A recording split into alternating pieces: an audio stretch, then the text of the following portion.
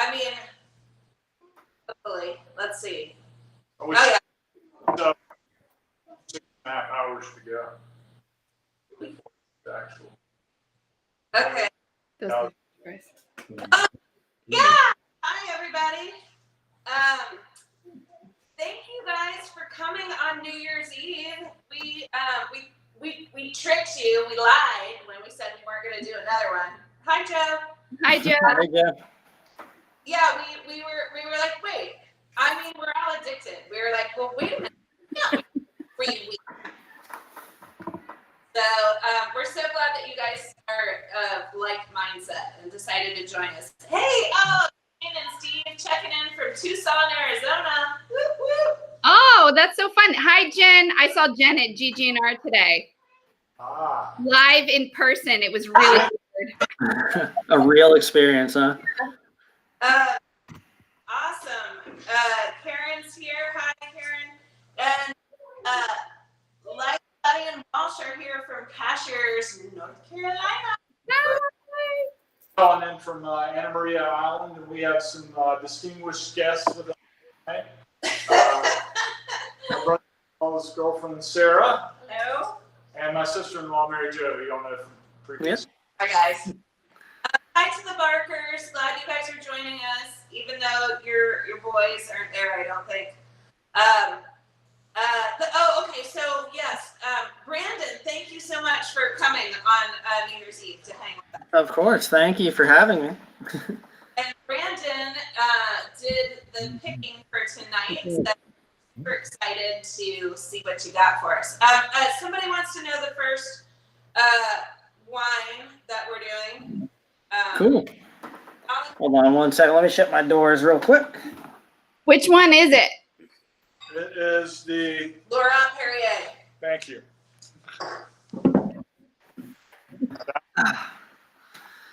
Yay. All right. Cool. Yeah. We're drinking Laurent Perrier La Cuvée Brut is your first wine of the evening. Laurent Perrier, I don't know if you guys have had any of this. Some may have. It is a very prestigious champagne house. There's no better way to kick off New Year's Eve with some really good bubbles. So we're going to do 2 bubbles to start, then we're going to move into 3 red wines. So number 1, this is the La Cuvée Brut. So Laurent Perrier has been around since about 1812 is when they actually started. So this is a very long-lived champagne house. So they are known as they've modernized champagne in ways. There's a lot of things that they've done. I could go on and on about the history with over hundreds of years of growing grapes there and producing champagne.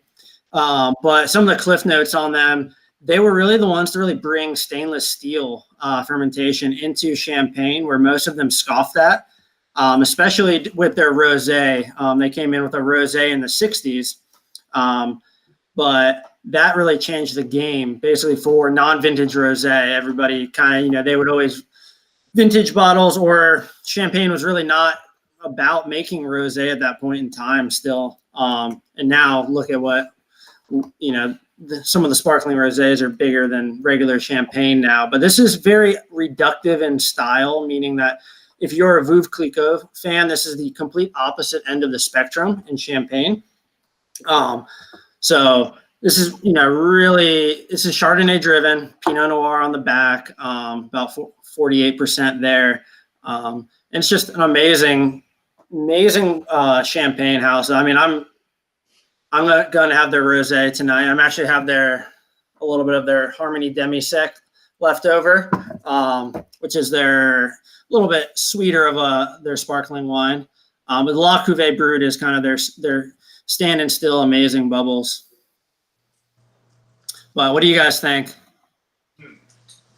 Well, we had the pleasure of having a sneak peek of this from you. Yeah. And we loved it. And I really like your comment about, how it's the complete opposite of Veuve Clicquot, because I feel like it's, I like it a lot better. I mean, it's very creamy. Right. And I'm not taking anything away from what Veuve Clicquot is. It's just more comparing, the true style of what they are. Because there's different characteristics that you can kind of go through with champagne, especially when they go a little bit more Pinot Noir driven than maybe a Chardonnay driven. But I mean, it's awesome bubbles. I mean, and it's true. You're drinking really true champagne, and I think what you get out of the value of the price point on it too. It's an awesome wine. You're just looking at hundreds of years of experience, and I mean, it is. Look them up. I mean, if anyone doubts it, they have so much press. Every wine, there's so much with Laurent Perrier that's out there. So, but I wanted to show everybody this one. So this is that's one of my favorites. And their rosé is definitely one of my favorite wines. It's a little bit more expensive, about double in price, but considered one of the top 1% of sparkling rosés in the world. So they're awesome wines. All right, Brandon, we are going to have to try that rosé. Yeah. You can't just dangle it in front of us and be like, I'm sorry. It is. I mean, but if you love the La Cuvée Brut, the next step really, try the rosé. It is, but it's a little bit more. But if anybody out there listening to that wants to try this or get it as a gift for somebody, let Kate know. We can always bring it into the shop. It's really cool wine, awesome wine. So, what's the price point on this? Do we know? Who has the prices? I don't have. I can't look at it while I'm on my phone. I mean, on the computer. You have your phone? I think Hayes has my phone. Yeah, we're on the other island over here. I don't know. But you have these little half bottles. I got it right here, y'all. It's $25 for the $3.75 on your retail price. nice. Thank you. It's cool. No, I had the email right here from earlier in the week. Oh, you're on our email list. Yeah, that's why. Okay, thank you, Karen. Of course, Karen's on the price. She's got it. Yeah, I definitely want to get that rosé in. But yes, my friend Liz is on here in New Hampshire, and we always drink Vogue together every time I see her. But Liz, this is next. Yeah. That's Montana when I come see you. Yes. All right. We need our charcuterie. Wait, yeah. Did you see the charcuterie board? Oh no. Okay, hang on. Let me grab it. It's so cute.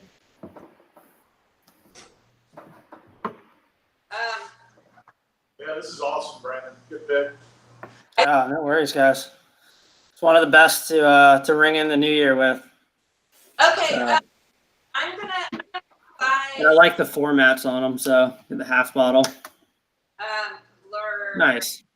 I'm just gonna type out the order really quickly because we didn't have pairing sheets this week. I'm just gonna write it out for anybody who is confused on the order. Oh, that looks good, Christy. So good. Those are pretty. That was our pairing board today. Yeah. All right. I brought it home and the kids were like, "Ooh, for me?" And I was like, "No." It has wine in it. Okay. Ooh. All right. It changed my. What? Why is it?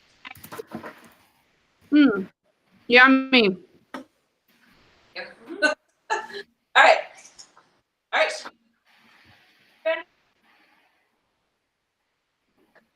Yum. Should we move on to the next one? Yeah, let's go ahead and move right on. So we're moving. Now we are leaving Champagne, and we're going to move right on over to the northeast region of Italy there. So this is a really cool Prosecco that you're actually going to be drinking next. So Adami Gabriele Brut Prosecco Treviso is what you have in the bottle, or however you purchased it. These were displayed, I think, as little split bottles. So awesome brunch option there too with these. So this is pretty much the benchmark of what Prosecco is. I mean, Adami has been making wine there, started in 1920, and they've been basically, they make DOCG and DOC Prosecco. So they are now, the great grandsons have taken over the property in the 80s, and they really came in and modernized things, but still kept their true old world methods. And it's pretty much put them as, a legendary status of Prosecco. And this is just a cool one. I mean, it kind of speaks for itself. It's, you do have a little bit more sugar, but you'll get a dry finish on it. It's awesome for brunch as well. So I'll say that. But this is kind of the next one. I just want to bring this in. Just kind of cleanse your guys' palates and try it. A really, really awesome Prosecco. This one's probably been overlooked for too long, honestly, for how long they've been making wine for over 80 years there. So what do you guys think of this? I like this one. I liked palate cleanser. Yeah. Like, really. Yeah. I want like a roast melon ball with it. Yeah. Like that would be so good. You said they make both the DOC and I'm losing you guys. This This one is really nice. I'm not usually a Prosecco fan, but this one's really mild. Palate cleansing. It took the chocolate right off. Yeah, you can definitely pair this with some sweet treats as well, or some saltiness. Hey, what's the DOC thing you were talking about? So it's Italy's, essentially their licensing and what the country stamps as basically how long they've been producing wine and at the quality of wine that they've been making. Same thing as, as in France, we have the Grand Cru class and Premier Cru, and those drop through. Same as Italy. DOCG is the upper echelon of them, and the DOC is the next step down within the nomenclature. This is really good. It's really nice to the last one too. Yeah. Yeah. So I have a quick. Can you hear us, Brandon? No, I keep losing you guys. Keeps going in and out. Can you hear me okay? Yeah. Okay, cool. What do you want to Okay. Loud and clear. Sweet. Champagne, cava, and prosecco. I mean, I know champagne is This is fabulous. Wow. I love this one, you guys. Yeah, this is, I mean, like I said, imagine, honestly, tomorrow morning when you have brunch for New Year's Day, having this is a cool option, especially as the little splits, 187s are cool. They produce them in 750s as well, and they make all throughout the entire line of Prosecco. You have different, a little bit drier on scales, and moving all the way through to on the sweetest level of Prosecco, which, everybody loves their different levels of. That's what's cool about Prosecco, and it kind of gets overlooked, I think, a lot in the market, because Prosecco's kind of turned out to be this thing that's really overly sweet, and it's kind of tricked the consumer to buy, like that's what they think Prosecco really is, But this is, truly sustainably farmed, old world methods, and just way cleaner in taste. Nothing's added. Can you hear me now? Yeah, I can hear you guys. Oh, can you explain the difference between champagne, cava, and prosecco? All right, so Champagne is coming out of the Champagne region of France, and that is the only area can be deemed Champagne. Cava comes out as sparkling wine out of Spain. So Spain they typically blend the grapes on Spain, and it's indigenous Spanish grapes. Zarrillo is a really big one in there. And then they The next one is Prosecco. So Prosecco can only come out of the northeast region of Italy, Prosecco Superiore. And that is what you're getting here out of Italy, only Italy.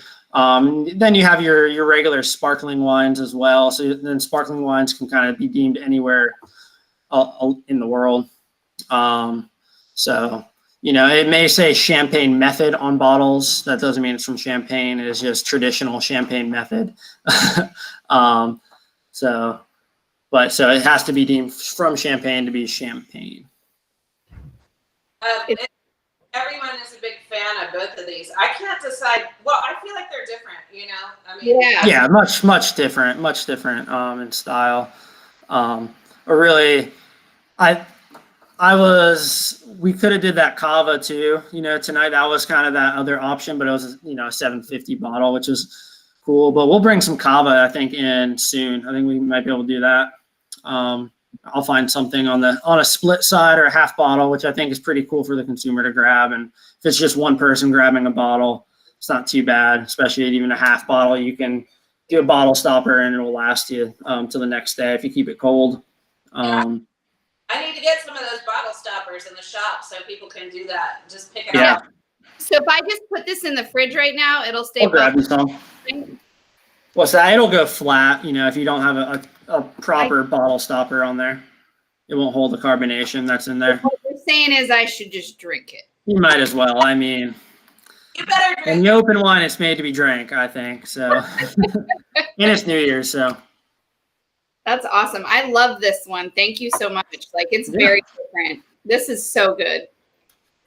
No worries, guys. All right, let's move on to if you guys are still sipping on this, huh? No, We ready to move on? Okay.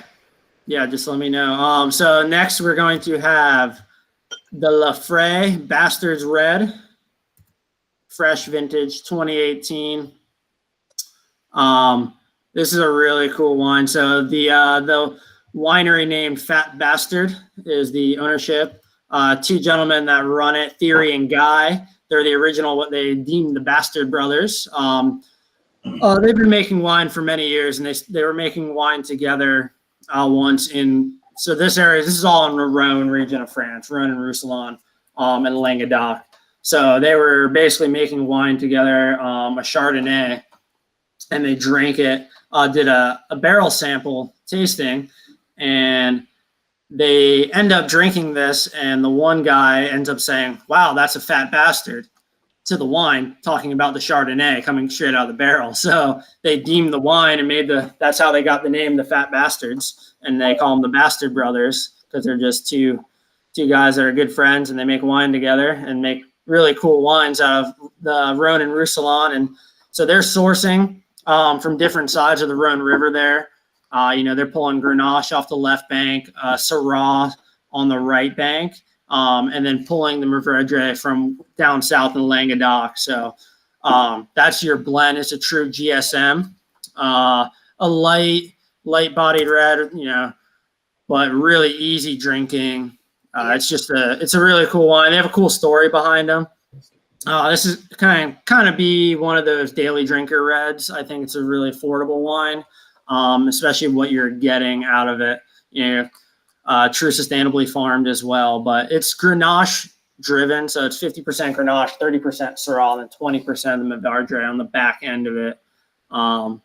So really cool one to kind of start us off with the red. I just like their story.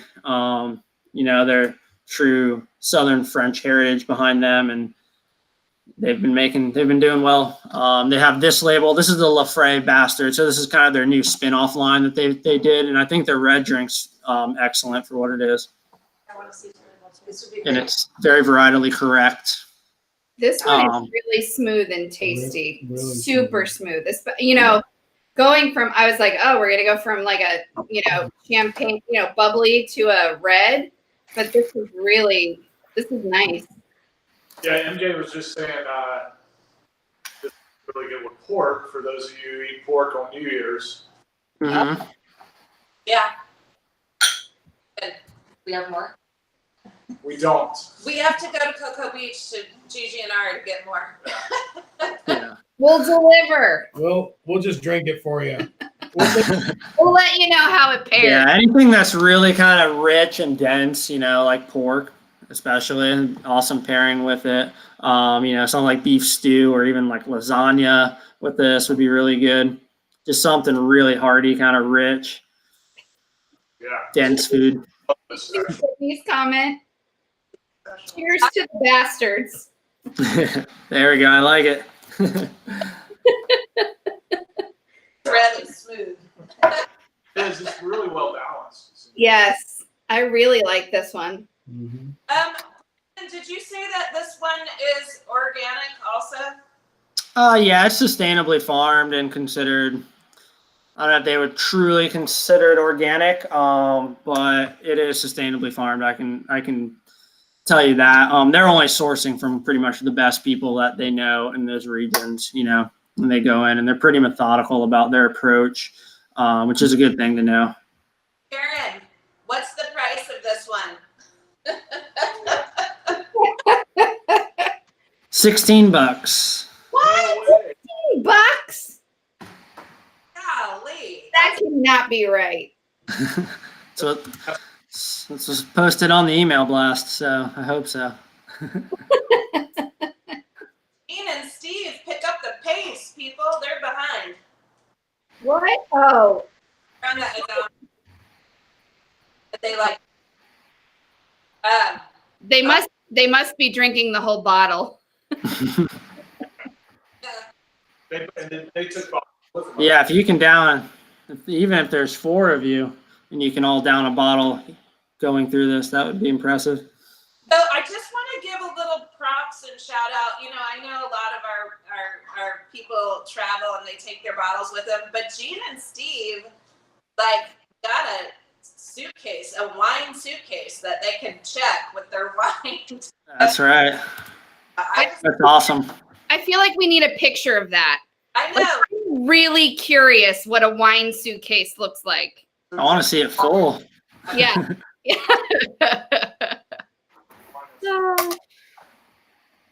Yes. That to me is that's good traveling.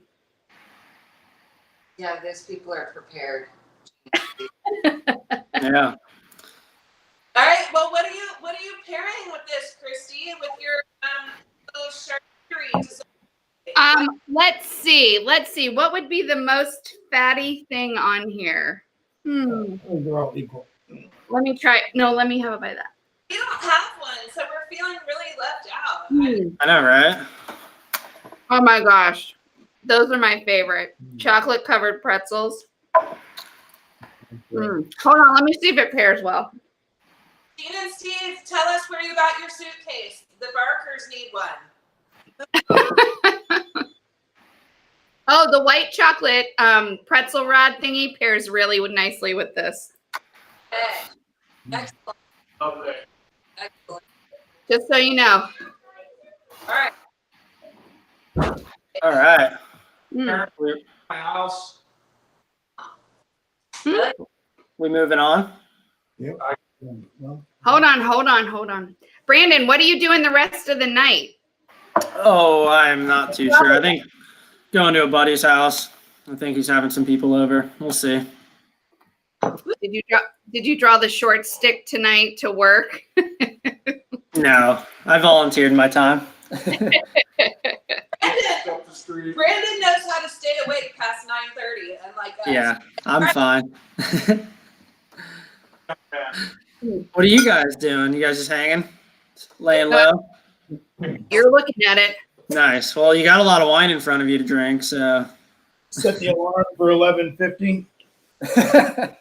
Oh, Just in case. Karen, yes, with the toffee. okay. Toffee. Okay. Yeah, that'd be pretty good. I like How chocolate. much is moving on? Ew. Drinking's not working. Drinking's always working. Drinking's not working? What does that mean? Oh, they're saying, Brandon, that drinking isn't working. Oh, Yeah, it's a pretty good gig. what's the new one? Oh, man. Fine for me. How is it over? You guys are in Anna Maria, right? Yeah, we're on Anna Maria. It's like amazing, beautiful, Oh, and I know. relaxing. Yeah, are there a lot of people there right now? A lot. Yes. Yeah. We're Oh, kind I of bet everyone's we got- moved down for the winter, and plus everyone moving here. I've never in my whole life, I used to live out here for a long time. Cover. And Yeah. there's just a lot of people. So many people. Oh my gosh, Mary was watching, not Mary Lightbody, Your wine. Mary Falstrom was watching the wrong video. Well,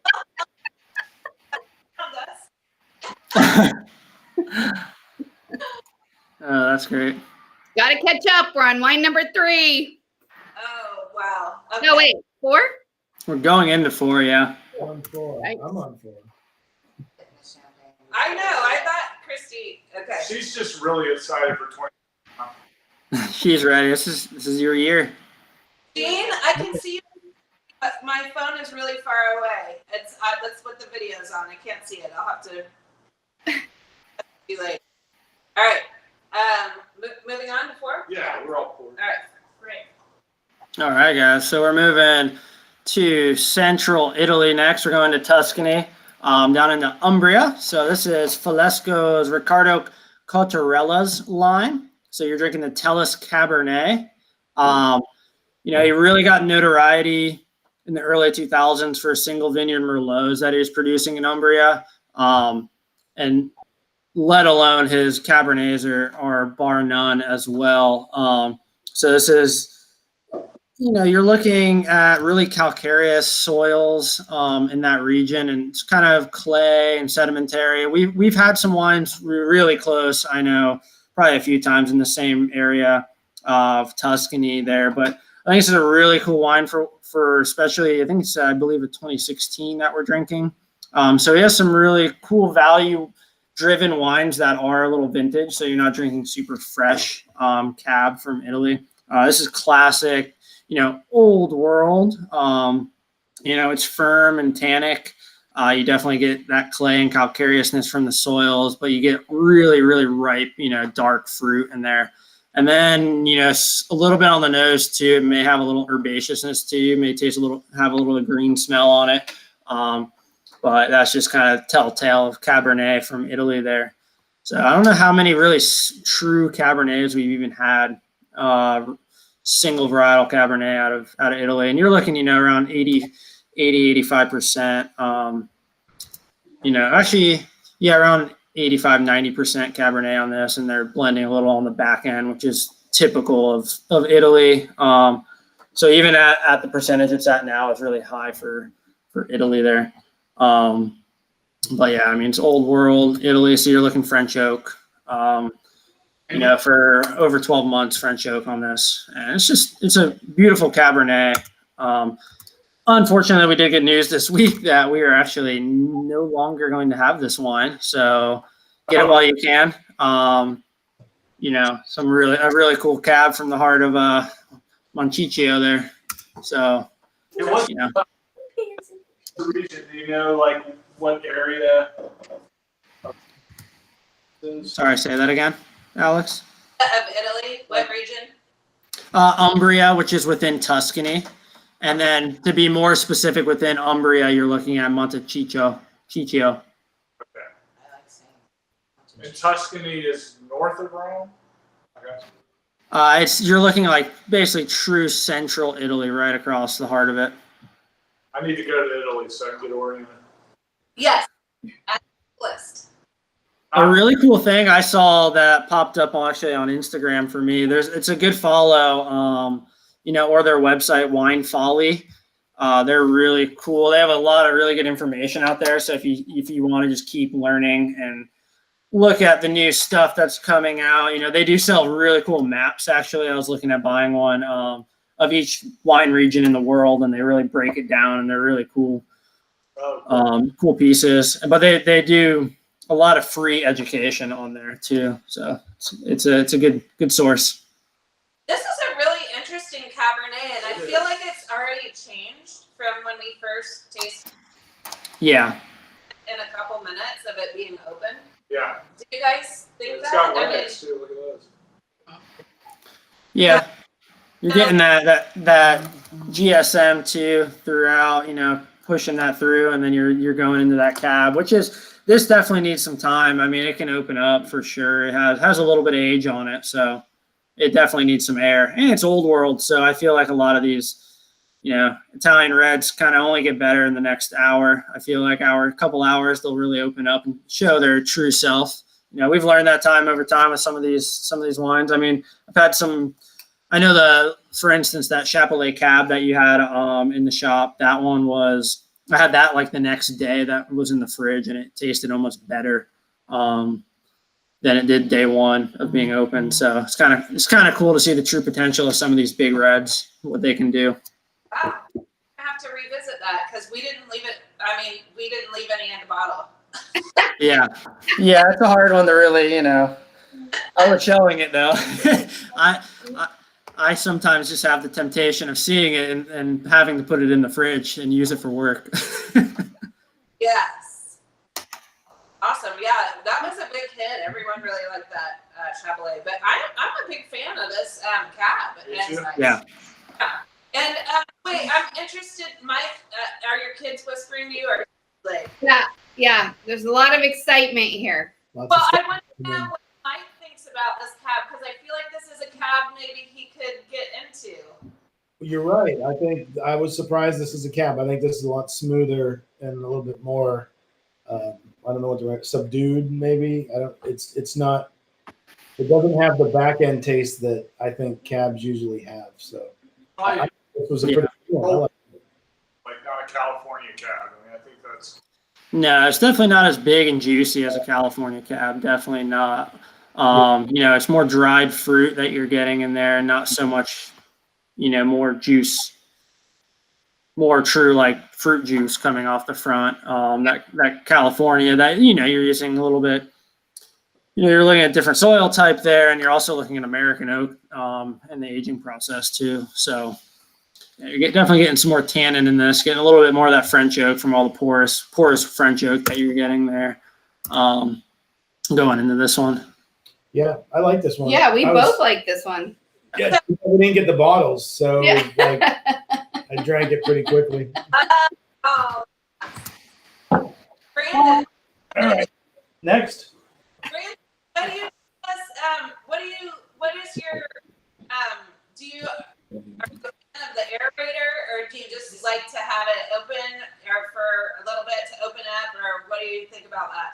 I mean, you can definitely throw, you can put it in a decanter, opening the bottle. I mean, that decanter is just speeding up the time. And I do have a decanter.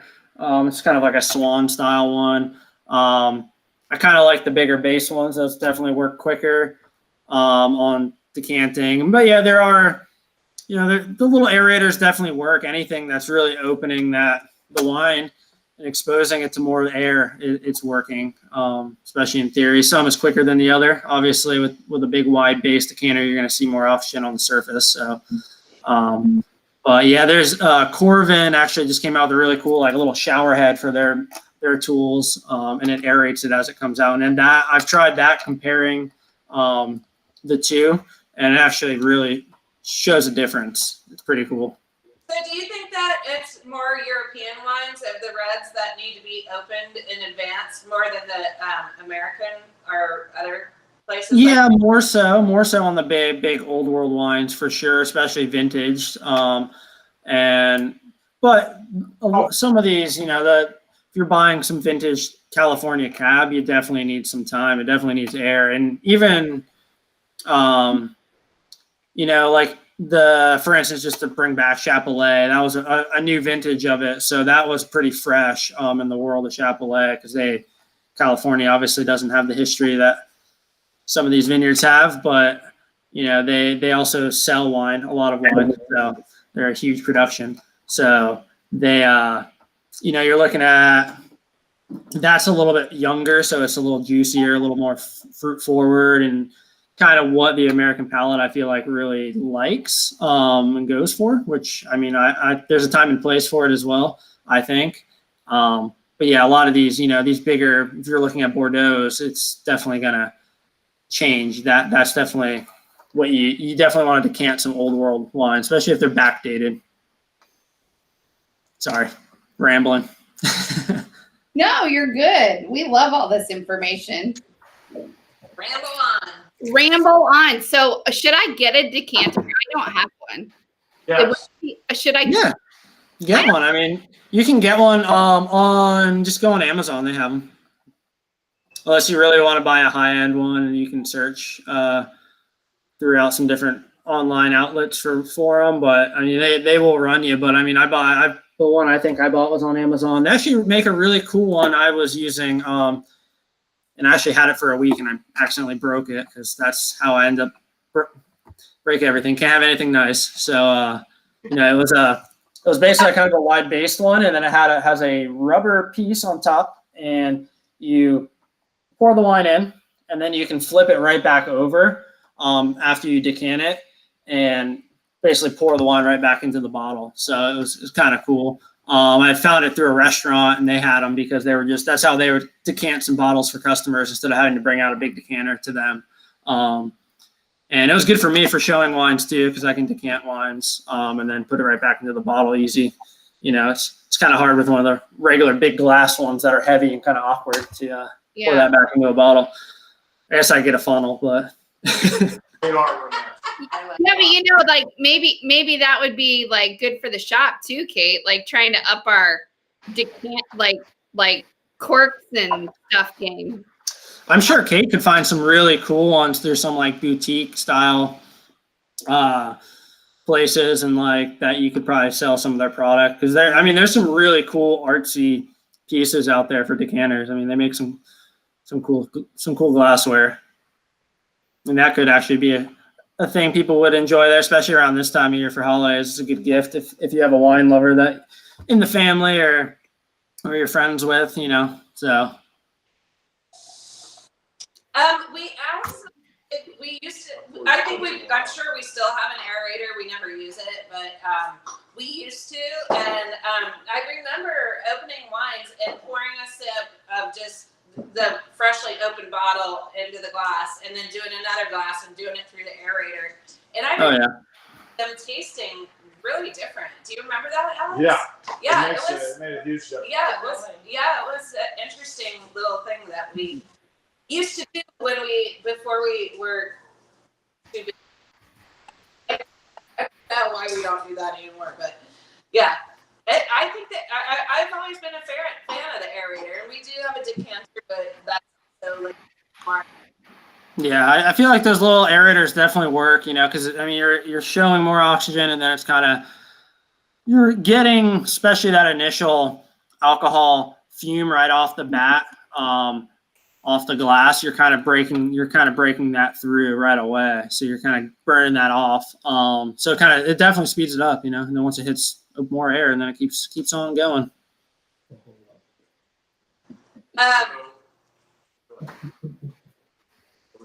Yeah, let's move on. Let's do. You on 5 yet? Numero 5, guys. All right, cool. We're going all the way over to Washington State. We're going to end with a big old bold Syrah, because I thought last time it was pretty cool to have something that is, we had a Syrah from Spain, which was the last one I did with you guys. So everyone enjoyed that. So this is another really cool area of the world that I think is doing awesome with Syrah growth. Syrah, Merlot, Cabernet. The Columbia Valley is doing it well. I think we may have had some Novelty Hill before. So, they're all estate-grown wines in the Columbia Valley within the Stillwater Creek Vineyard. They came up about, they've been planting on this property since the 60s. And in 2000, they really established Novelty Hill Winery there. And this is their rendition of a big, bold Syrah. So they're doing it, more traditional for New World. They're doing French oak on it, so making it a little bit more true to old world styles. But yeah, another big, bold, lush Syrah to kind of finish off the evening for this one. Do you know, are they like, they're probably like right off the river? Yeah. Yeah, they're right there on those hills, right along the riverbank. Stillwater Creek runs through there. Oh, okay. You're in like kind of the southeast corner there of Washington State, so that big desert plain on the other side of the Cascades. Over there. And We, already tell us what's their production like? Is it? Do they? they're definitely on the smaller side. They're more of a boutique style winery. They're not big. They're small. They're an independent winery, obviously. They're really all about high quality and just kind of true vine to bottle style of winemaking. Innovative, they use really different clones. They're using really awesome clones out of France on their wines. And I think, we have to kind of look at these wines now, just to kind of look into the future of what's going to happen with, if you are a really big New World drinker and love California wines, I'm going to expect the price to increase soon. On newer vintages, with 2020, how this year, of course, went throughout it all. California getting hit with some really bad wildfires and destroying a lot of vineyards. So, losing a lot of what's going to happen with 2020 vintages of wine when that comes, because they didn't really, their harvest that happened right before a lot of harvest, unfortunately. So, looking at some like areas, I think that are really going to expand people, Oregon and the Pacific Northwest in general, Washington, looking at Pinot Noirs out of Oregon. And then, you get some really amazing Cabernets, Merlots, the same in Bordeaux style blends out of Washington State. And we've had a couple. We've had Novelty Hill. We've had Janowick, Lea Cole, an amazing winery that we have. So it's a cool thing to just kind of keep look for the future, because if you're a huge California drinker, it's gonna, times are they're coming. So it'll bounce back, but hopefully soon too we get rid of the Aerobus tax on imported wines that are coming in under 14% out of the EU. So fingers crossed on that. That ends up happening in the next year. So that'll lower the price of goods coming in on the import side. So we're gonna have some really cool, you'll see a little bit with France and or France and Spain, mostly. You'll see some of their wines lower a little bit in price. So Okay. over the next, that will take even time after the Eurobus happens. They're gonna need to try to rebound because it hurt a lot of wineries. Washington State is some of my favorite. Well, we lived in Oregon. We got a lot of Yeah. and Nashville. Like I'm just always like Walla, like the stuff they're putting out, always a lot of big reds, cabs, Merlots, very Syrahs, very drinkable. Yeah, and this is I think this is coming in at $26 on the retail side of things too. So, you're looking at a true estate grown winery, guys. It's not, this is another one that I'm proud to represent, so these are all awesome. I'm hoping everyone liked the Syrah, and if there's anyone that has any comparisons to the Spanish Syrah that we had and this would be a cool side by side too, to grab and try. I think this one's lighter than the other Syrah. Like this one. Yeah, a little bit lighter in style. Mm-hmm. Yeah. Well, no, to the other Syrah, not tonight. Like, but that's right. A lot to do with your soil, but definitely our bigger red of the night. My favorite was. All right. What was everybody's favorite tonight? Yeah, here we go. I assume bubbles. The Grenache Syrah So MJ and Sarah, or one? The fat bastard, and actually the second one, the prosecco. Prosecco, you like- I really liked. Okay. 3. 1 and 3. 1. I think 5. Yeah, 3 and 5. Okay, Jen Star is 3 and 5 too. That's right, Jen. That's right. Mike and I are 2 and 3 and 4. We like 2, 3, 4. And what else? What is everybody drinking for New Year's? This. It's only 6:20. I mean, we got time, guys. The Barkers like number 4 the best. The cap. Cab, cool. But they Yeah, get it while you can. I'll have probably some still left, but you know, get it while you guys can at the shop because it's not going to come back from Weinbo. Joe likes number 1 and number 4. Okay, that's awesome. That's good. And Karen likes 1 and 3. Love 1 and 3. Really like 2 and 4. Number 5, Karen. 5 got left, huh? Somebody's left out. Nah, can't like them all. It's all good. Keenan Cab Franc. There you go. Oh yes, that's good. Okay. For New Year's, there you go. Brandon, I think I've said it before. Like, you know, bubbly is always my favorite. It's like I'm pretty picky with that. I loved both of those bubblies. Like I was reluctant to move on from those because I was like, nice. But, Yeah, I don't usually like them either. But yeah, and I was pleasantly surprised by the bastards. Like that is always like. Yeah. But Awesome. when you found out they were French bastards, you're like, oh. Yeah. It's okay. Give them a pass. That cab was super unexpected and delicious, and I love this throughout. I can't pick. I love every single one of them. Yeah, this is a really good tasting. I think you did an awesome job. Yeah. Well, I'm gonna go with number 1, Laurent Perrier for me. So Hey, Brandon, me too. cool. I for that. Or 2. Well, cool, awesome. Well, I just want to cheers everybody. Cheers. Happy New Year to everybody. Hopefully 2021 is much better than 2020. But thank you all for following along. Thank you guys for having me. And awesome cheers. Happy New Year's. Yeah, Brandon, thank you so much for all you've done this year. Like No worries. this has been a lifeline for a lot of us, you know. Oh, Brandon, look at you, buddy. Hold on. Oh, no worries. I enjoyed it. It's cool to have the whole journey, and it's crazy we're still doing it. We're still going and going strong. So. Brandon, that's your present. It's very small. You see Oh, that? nice. Little Buff Trace. Yeah, a little airplane bottle of Buffalo Trace. Oh man, I'll take that. I'll take that fishing with me. So Too. I seriously, can you guys hear us? Okay.